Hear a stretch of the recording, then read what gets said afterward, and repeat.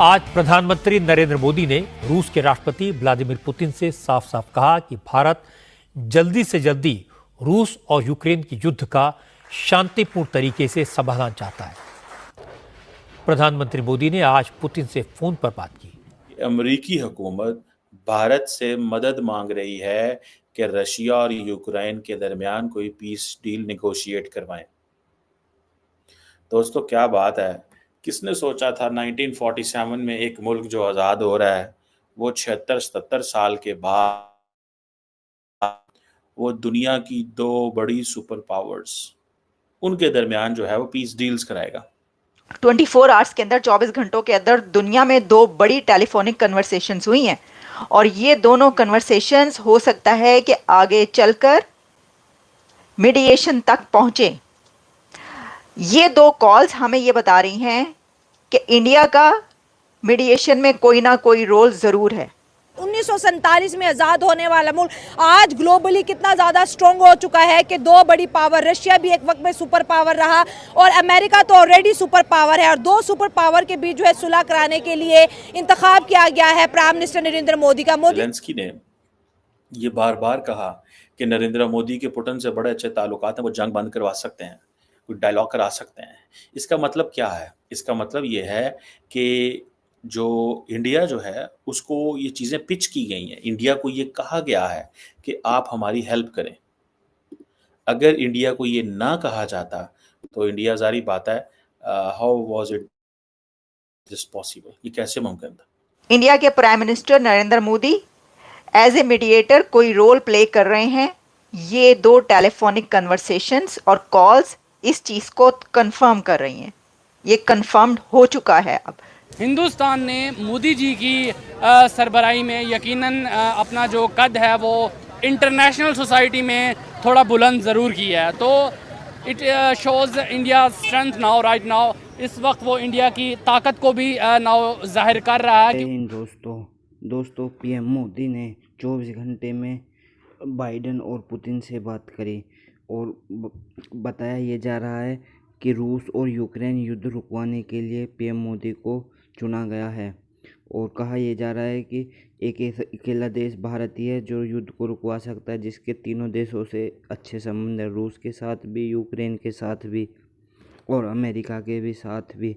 तो पाकिस्तानी मीडिया इस पर चर्चा कर रहा है कि किसी ने सोचा नहीं था कि 1947 में आज़ाद होने वाला देश एक इस तरह की भूमिका निभा सकता है। पाकिस्तानी मीडिया इस पर चर्चा कर रहा है, और इस तरह की वीडियो आप देखना पसंद करते हो तो हमारे चैनल को सब्सक्राइब कर लें। टेलीफोन कन्वर्सेशन हुई है प्रेसिडेंट बाइडेन और प्राइम मिनिस्टर मोदी के दरमियान।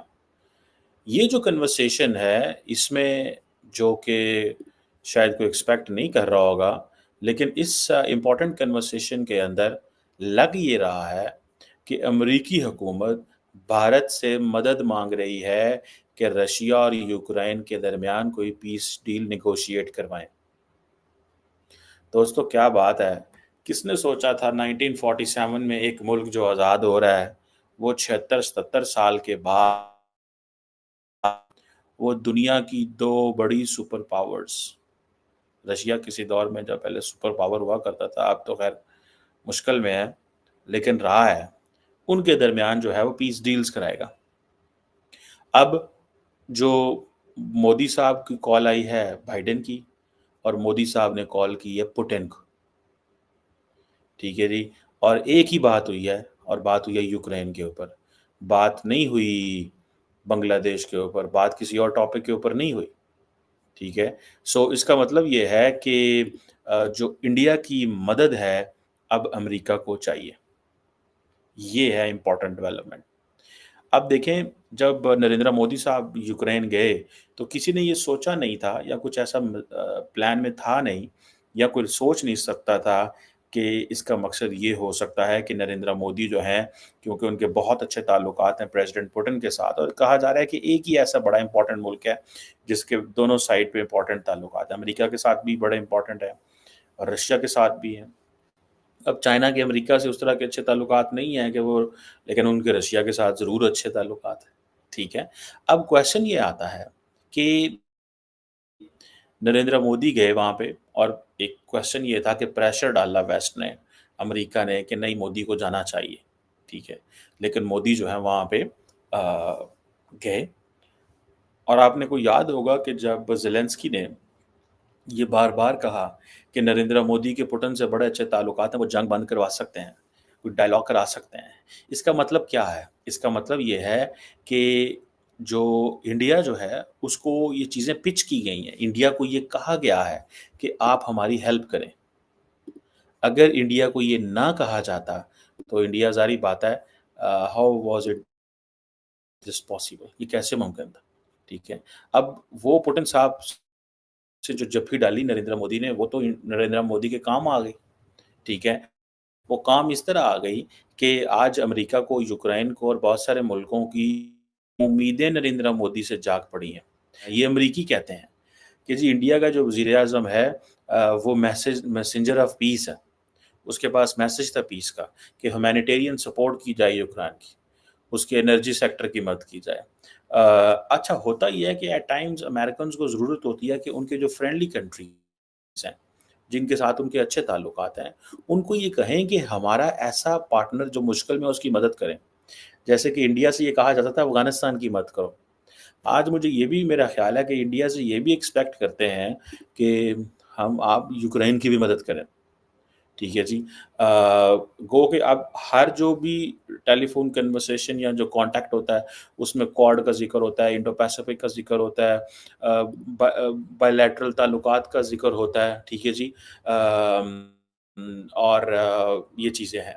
मेरी नज़र से, मेरे मुताबिक मैं आपको पहले भी ये कह रही हूँ और मैंने पहले भी प्रोग्राम्स में ये कहा है आपको कि इसमें इंडिया का, उनके प्राइम मिनिस्टर का ज़रूर रोल आगे हमें नज़र आएगा कि क्या हुआ और किस तरीके से ये जंग बंदी करवाई गई।